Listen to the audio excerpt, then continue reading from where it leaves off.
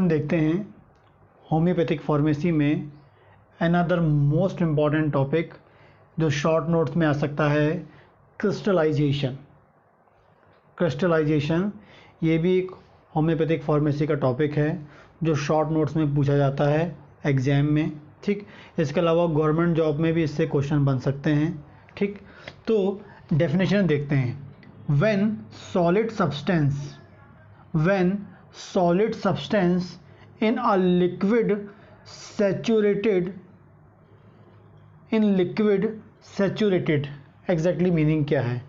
कोई लिक्विड लेते हैं और उस हम लिक्विड में हम क्या डालेंगे, सॉलिड मटेरियल डालेंगे जब तक वो सॉलिड उस लिक्विड में डिज़ोल्व ना हो जाए। मतलब जब तक कि वो उसमें डिज़ोल्व होता रहेगा उस लिक्विड में, वो सॉलिड सब्सटेंस उस लिक्विड में जब तक डिज़ोल्व होता रहेगा, ठीक है, और जैसे ही वो डिज़ोल्व होना बंद हो जाएगा उस लिक्विड में, तो वो लिक्विड कैसा हो जाएगा, सैचुरेट हो जाएगा।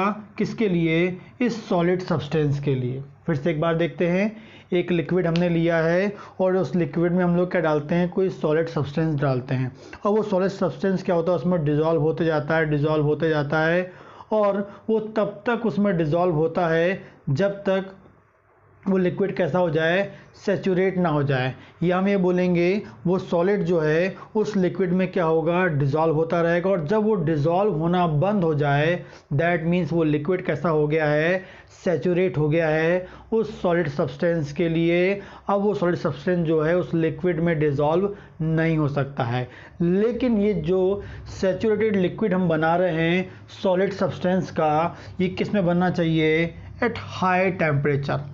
हाई टेम्परेचर का यूज़ करके किसी लिक्विड पे हम सॉलिड सब्सटेंस क्या करते हैं, डिज़ोल्व करते हैं, या उस सॉलिड सब्सटेंस का हाई टेम्परेचर पे लिक्विड सैचुरेटेड सॉल्यूशन फॉर्म करते हैं।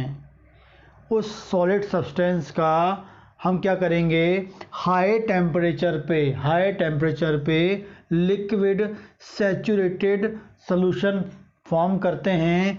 देन उसके बाद उस लिक्विड सैचुरेटेड जो सॉल्यूशन है उसे हम लोग क्या करेंगे, ठंडा करेंगे, कूल करेंगे। तो हम देखते हैं a quantity of solid deposit at the bottom. तो जो सॉलिड सब्सटेंस उसमें डिज़ोल्व हुआ था जिस कारण से वो लिक्विड सैचुरेटेड हो गया था, वो जो सॉलिड सब्सटेंस है ठंडा करने पर क्या होगा, बॉटम में बैठ जाएगा। जब वो हाई टेम्परेचर में होगा तो वो उसमें डिज़ोल्व हो जाएगा, लेकिन जैसे ही हम उसे क्या करते हैं, ठंडा करते हैं, तो जो सॉलिड सब्सटेंस है, तो a quantity of solid substance क्या होगा, डिपॉजिट एट द बॉटम। तो उस लिक्विड सोल्यूशन के बॉटम में क्या हो जाएगा, वो जमा हो जाएगा। तो एग्जैक्टली क्रिस्टलाइजेशन के प्रोसेस क्या होता है, हम सॉलिड सब्सटेंस को एक लिक्विड में डिज़ोल्व करते हैं और उससे क्या बनाते हैं, लिक्विड सैचुरेटेड सॉल्यूशन बनाते हैं। उस लिक्विड सैचुरेटेड सॉल्यूशन को हम लोग क्या करेंगे, कब बनाते हैं, वो हाई टेम्परेचर पे बनाते हैं एंड देन उसके बाद हम उसे क्या करते हैं, ठंडा करते हैं। और ठंडा करने के बाद जो हमने सॉलिड सब्सटेंस में डिज़ोल्व किया था वो क्या होगा, बॉटम में बैठ जाएगा ड्यू टू कोल्ड या कूलिंग की प्रोसेस के द्वारा। तो इस प्रोसेस को हम क्या बोलते हैं, एग्जैक्टली क्रिस्टलाइजेशन की प्रोसेस बोलते हैं। क्या बोलते हैं हम इसे, क्रिस्टलाइजेशन की प्रोसेस बोलते हैं। इसमें इंपॉर्टेंट चीज़ क्या है, हमें जब लिक्विड सैचुरेटेड सॉल्यूशन बनाना है तो टेम्परेचर कैसा चाहिए, हाई चाहिए। और जब हमें इसके जो सॉलिड क्रिस्टल या सॉलिड डिपॉजिट जो हमको बॉटम में मिलेगा, तब वो लिक्विड जो सॉल्यूशन कैसा होना चाहिए, वो कूल होना चाहिए या ठंडा होना चाहिए। आगे बात करेंगे क्रिस्टल ऑफ NaCl।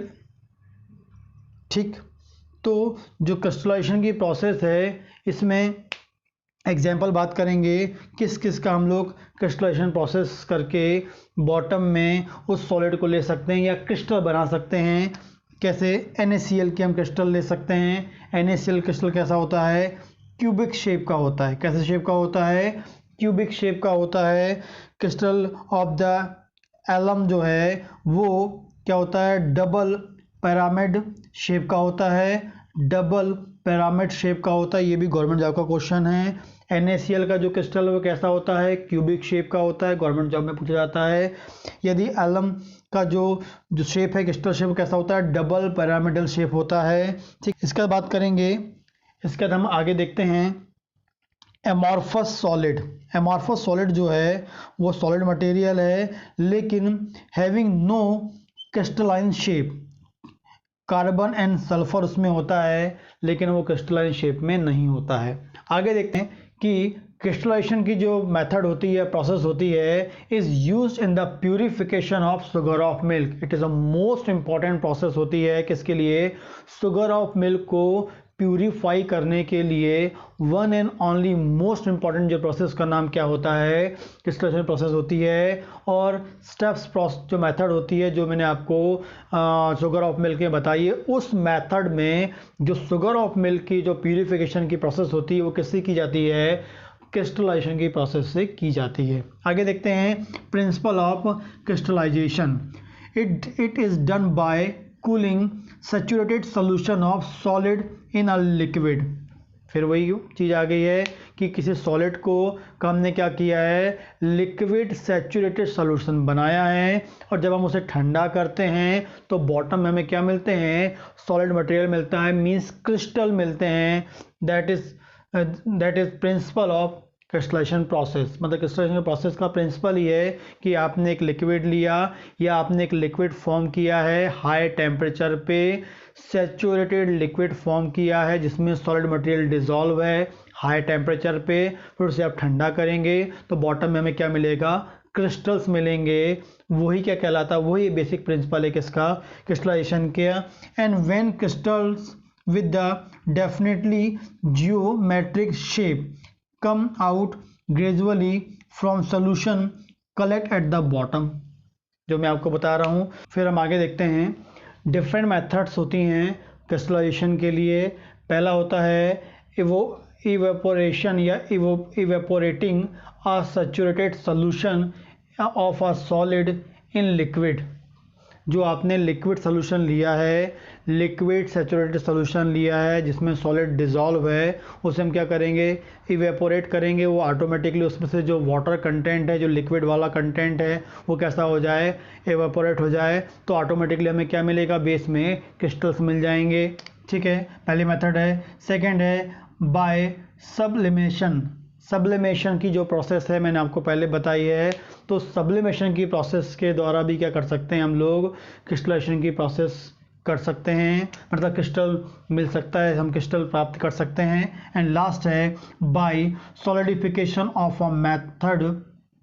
ठीक है ना, ठीक है, सॉलिडिफिकेशन प्रोसेस। ठीक है, क्या करेंगे हम लोग, सॉलिडिफिकेशन की प्रोसेस से भी क्या कर सकते हैं, क्रिस्टल को हम ले सकते हैं। तो क्रिस्टल को लेने के लिए तीन, या क्रिस्टल बनाने के लिए, क्रिस्टलाइजेशन के प्रोसेस को करने के लिए इवेपोरेशन की प्रोसेस करेंगे या इवेपोरेटिंग जो है लिक्विड को इवेपोरेट करेंगे। दूसरा है सब्लिमेशन की प्रोसेस करेंगे, एंड लास्ट में है सॉलिडिफिकेशन की प्रोसेस करेंगे।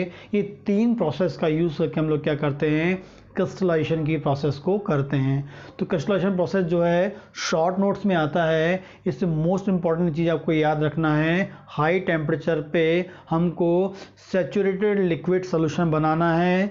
उस सैचुरेटेड लिक्विड सोल्यूशन में कौन डिसॉल्व होगा, सॉलिड मटेरियल डिसॉल्व होगा। लेकिन जब हम उसे ठंडा करेंगे तो वो काय में कन्वर्ट हो जाएगा, उसके बेस में हम क्या मिलेंगे, सॉलिड मटेरियल से हम क्रिस्टल्स बोलते हैं। ये बेसिक कॉन्सेप्ट है और इसका यूज़ कहाँ पर होता है, one and only purification of sugar of milk. Sugar of milk को प्यूरिफाई करने की सबसे इम्पॉर्टेंट जो प्रोसेस है, स्टेप प्रोसेस जो है, उसमें इसका यूज़ होता है।